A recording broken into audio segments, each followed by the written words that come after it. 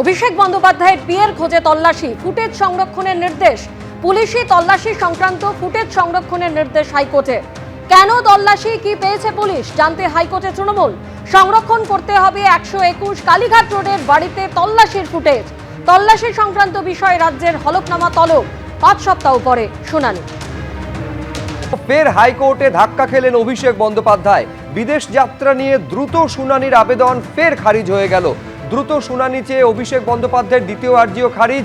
তালিকা মেনেই শুনানি হবে, দ্রুত শুনানির কোনো প্রয়োজন নেই বলে জানিয়ে দিল আদালত। আদালতে হলোটা কি আবেদন অভিষেক বন্দ্যোপাধ্যায়ের ছিল, পুরোটা জানতে সরাসরি নিউজ রুমে আপনাদের নিয়ে যাব। সৌভিক মজুমদার আমাদের প্রতিনিধি রয়েছেন। সৌভিক, দেখো, অভিষেক বন্দ্যোপাধ্যায়ের আইনজীবীরা তারা আজকে ফের মাননীয় বিচারপতি সৌগত ভট্টাচার্যর এজলাসে গিয়ে তার কাছে আবেদন করেছিলেন যে অভিষেক বন্দ্যোপাধ্যায়ের তরফ থেকে বিদেশ যাত্রার অনুমতি চেয়ে যে মামলা করা হয়েছিল বা যে আবেদন করা হয়েছিল তার দ্রুত বিচার প্রক্রিয়া সংগঠিত করা হোক, দ্রুত শুনানি করা হোক, এই আবেদন তারা আজকে আবারও করেছিলেন। এবং সেই আবেদনও কিন্তু আজকে কলকাতা হাইকোর্টের তরফ থেকে ফেরানো হয়েছে।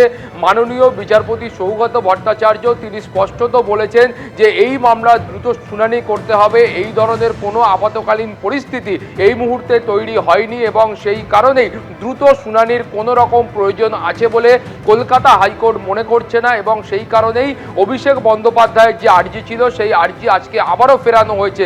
তুমি জানো যে এর আগেও অভিষেক বন্দ্যোপাধ্যায়ের তরফের আইনজীবীরা তারা কলকাতা হাইকোর্টের কাছে একই ধরনের আবেদন করেছিলেন এবং সেই সময়ও মাননীয় বিচারপতি সৌগত ভট্টাচার্য সেই আবেদন খারিজ করেছিলেন। এখন মূলত অভিষেক বন্দ্যোপাধ্যায়ের তরফ থেকে যে আবেদন করা হয়েছিল সেই আবেদনে তিনি বলেছিলেন যে তার চিকিৎসার জন্য কমপক্ষে 1 সপ্তাহের জন্য তার বিদেশ যাত্রার অনুমতির প্রয়োজন রয়েছে এবং সেই অনুমতি কলকাতা হাইকোর্টের তরফ থেকে যেন দেওয়া হয় সেই আর্জি নিয়েই তিনি কলকাতা হাইকোর্টে এসেছিলেন। এখন প্রশ্ন হলো যে এই অনুমতির জন্য তিনি কলকাতা হাইকোর্টে কেন এলেন। তোমার মনে থাকবে যে এর আগে অন্য একটি মামলায় কলকাতা হাইকোর্টের তরফ থেকে অভিষেক বন্দ্যোপাধ্যায়কে একটা রক্ষা কবচ দেওয়া হয়েছিল যে অভিষেক বন্দ্যোপাধ্যায়কে গ্রেফতারির মতো কড়া কোনো পদক্ষেপ পুলিশের তরফ থেকে গ্রহণ করা চলবে না।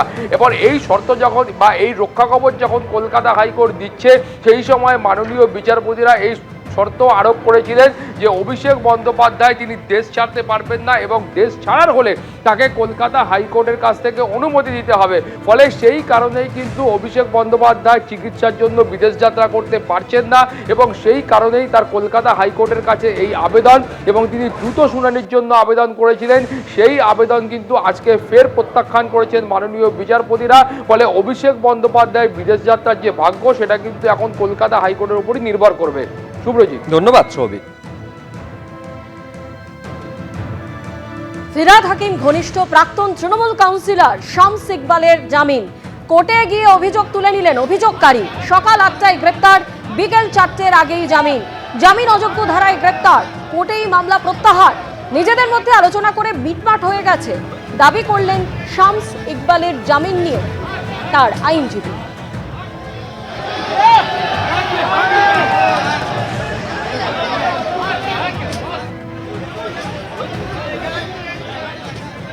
একজন কমপ্লেনেন্ট করেছিলেন, ওই কমপ্লেনেন্টের সঙ্গে এই যিনি আজকে যে অ্যাকিউজড এদের একটা সম্পর্ক রয়েছে, বিজনেস ট্রানজাকশান দীর্ঘদিনের রয়েছে। সেই ট্রানজাকশানের কিছু ভুল বোঝাবুঝির জন্য উনি একটা মামলা করেছিলেন। আজকে সেটা তাদের দুপক্ষ, যেহেতু তারা দীর্ঘদিনের দুজনেরই খুব বিজনেস ট্রানজাকশানের দুপক্ষই, তাই আজকে ওনারা বসে আবার ওদের কম্প্রোমাইজ হয়ে গেছে। হ্যাঁ, তা কম্প্রোমাইজ যিনি মামলা করেছেন উনিও মামলা তুলে নিতে চান, আর যার বিরুদ্ধে করেছেন উনিও কমপ্লেনেন্টের যা বক্তব্য সেটা উনি শুনে নিয়েছেন সম্পূর্ণ একদম। আমরা ডিফেক্টো হয়েছিলেন, এটা আমাদের সুব্রত সর্দার, আমরা শামস ইকবালের অভিযোগকারিনী যে কমপ্লেন করেছিল, পরবর্তীকালে তাদের ওয়েল উইসার, যেহেতু একই পাড়ার লোক, ওয়েল উইসাররা এটাকে নিয়ে বসার পর সমঝোতা করার পরে তাদের মধ্যে একটা সমঝোতা হওয়ার পরে পরবর্তীকালে তারা মহামান্য আদালতে এসে একটা এফিডেভিট পেশ করে তারা মামলাটাকে করেছে এবং তাকে যাতে শর্ত সাপেক্ষ জামিন দেয় সেই জন্য আর্জিও করেছি আমরা। আদালত তাকে 1000 টাকার বন্ডে শর্ত সাপেক্ষ জামিন দিয়েছে।